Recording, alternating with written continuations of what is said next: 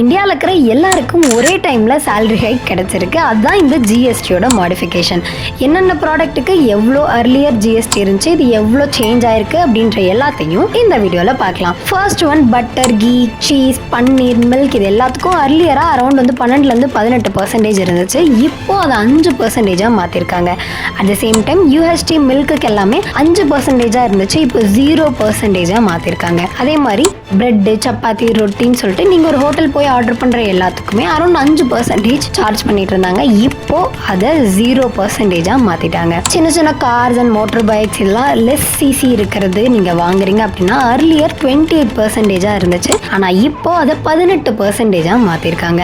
Less than அப்படின்றப்ப 350cc கீழே இருக்கிற இல்லை 350cc ஈக்குவலாக இருக்கிற வெஹிக்கிள்ஸ்க்கு எல்லாமே இப்போ 18% அப்படின்றத மாடிஃபை பண்ணியிருக்காங்க. இந்த மாதிரி கண்டென்ட்க்கு சப்ஸ்கிரைபும் பண்ணிக்கோங்க.